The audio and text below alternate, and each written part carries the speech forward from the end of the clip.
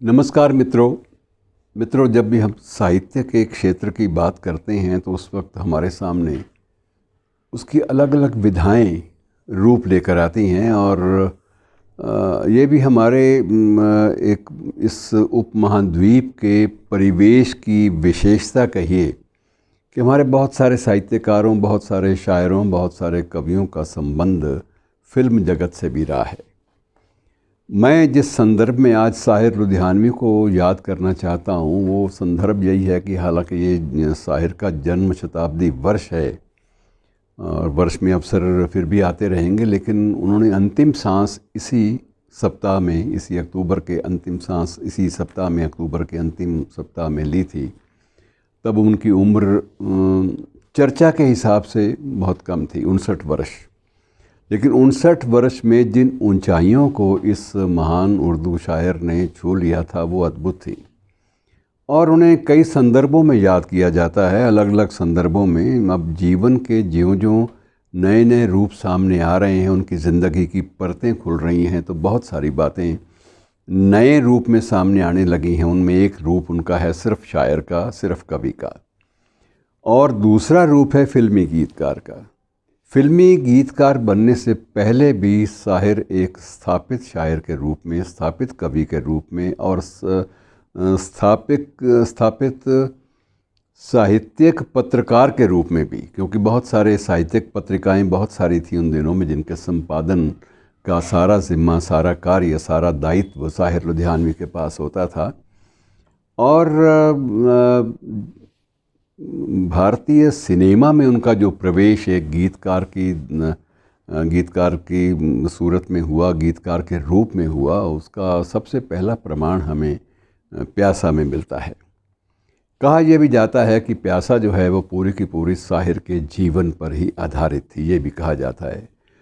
स्वयं गुरुदत्त ने भी संकेत, जो निर्माता निर्देशक थे, उन्होंने स्वयं संकेत भी दिए थे कि ये सारी फिल्म जो है, जब मैं निर्माण इसका करने लगा, पटकथा लिखते वक्त भी समय समय पर मुझे साहिर की और साहिर की ज़िंदगी में घटी घटनाओं की ज़रूरत महसूस होती रही और उन पर आधारित मैंने ये कृति प्रस्तुत की, इसका निर्माण किया। एक बहुत बड़ा जोखिम था, लेकिन जोखिम इस कदर उठाया कि उसके बाद ये कहा जाने लगा कि हर प्रकाशक रहमान ही होता है। एक मुहावरा सा बन गया। हर एक पात्र ने उसमें अपनी भूमिका इस परिपक्वता के साथ निभाई कि उनके साथ उनके पेशे का बिल्कुल नाम जैसे जुड़ जाता है, उसी रूप में सामने आया। और साहिर की दिक्कत सबसे बड़ी ये थी कि हालांकि उसमें मुख्य भूमिका गुरुदत्त ने स्वयं निभाई थी, जिसके बारे में उनका ये कहना भी था कि ये साहिर के जीवन पर भी आधारित है, जीवन की बहुत सारी घटनाओं पर।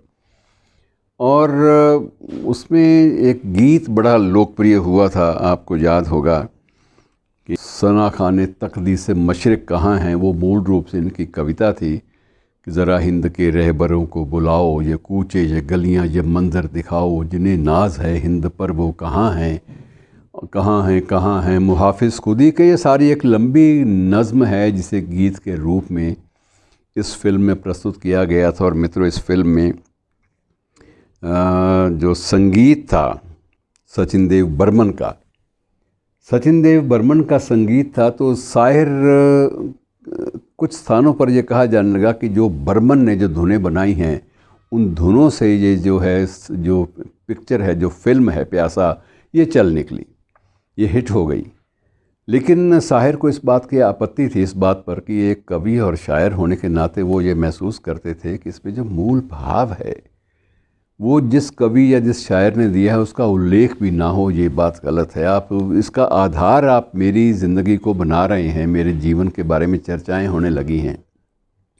और जब चर्चाएं इस कदर हो रही हैं और उसके बाद फिल्म की सफलता का श्रेय उसके मूल आधार को और उसके मूल गीत लेखक को देने के स्थान पर संगीत निर्देशक को दिया जाए, ये बात गलत है। उस वक्त तक ये था कि आम तौर पर गीतकार का सिर्फ नाम बीच में दे दिया जाता था, बाकी उसका विशेष चर्चा उसकी नहीं होती थी। ये परंपरा कहा यह जाता है कि उसके बाद ये आरंभ हुई कि जब ये फिल्म फेयर अवार्ड और दूसरे सम्मान दिए जाने लगे तो उसमें गीतकार का नाम भी अलग से एक श्रेणी बनाई गई लिरिक्स के लिए। तो मित्रों, ये जीवन में इसका एक स्वरूप वो था सिर्फ शायर का। उस शायर के स्वरूप के साथ साहित्यिक पत्रकारिता जुड़ी हुई थी, और दूसरा स्वरूप इसका था फिल्मी गीतकार का।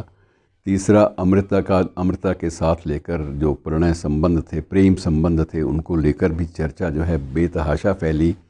और चौथा जो उनका विशेष रूप से जो चर्चा विशेष रूप से होती है वो है उनके वामपंथी विचारों की, और उसके साथ साथ वामपंथी विचारों के साथ साथ काव्यमय ज़िंदगी के बारे में जो टिप्पणियाँ साहिर ने अपने गीतों के माध्यम से, अपनी नज़मों के माध्यम से कर दी, वो उनकी छाप अब तक चली आ रही है। मैं पल दो पल का शायर हूँ, पल दो पल मेरी कहानी है, पल दो पल मेरी हस्ती है। तो ये सारे के सारे गीत ऐसे ज़्यादा पूरे के पूरे पटल पर छा गए थे कि लगता था कि ये पल दो पल का शायर होने का जो दावा करने वाला शख्स है, ये तो सदा के लिए हमारे जीवन का हिस्सा बन गया। और उसने स्वयं भी लिखा है अपने काव्य धारा में, काव्य यात्रा में भी। काव्य यात्रा भी उसने शेरों के माध्यम से प्रस्तुत की है, और उसमें बड़ा उसने स्पष्ट उल्लेख किया है कि दुनिया ने तजुर्बातो हवादिस की शक्ल में, कि दुनिया ने तजुर्बातो हवादिस की शक्ल में जो कुछ भी दिया है उसे लौटा रहा हूँ मैं। और इसी स्वरूप में, इसी एक प्रकार से तेवर में उन्होंने दूसरी बात भी साथ साथ कह दी कि जो तार से निकली है वो धुन सबने सुनी है, कि जो तार से निकली है वो धुन सबने सुनी है, और जो सांस पे गुजरी है वो किस दिल को पता है।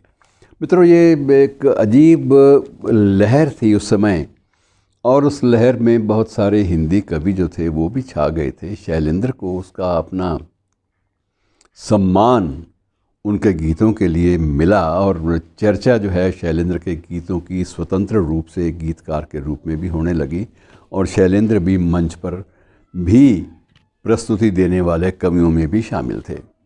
यही स्थिति भरत व्यास की भी थी। भरत व्यास ने भी उसी प्रकार से पहले कवि सम्मेलनों से जीवन आरंभ किया, और उसके बाद क्लासिकल रूप में ही, शास्त्रीय रूप में ही उन्होंने शुद्ध हिंदी में ऐसे गीत लिखे जो कि फिल्मों का भी हिस्सा बन गए, स्वीकार्य हो गए।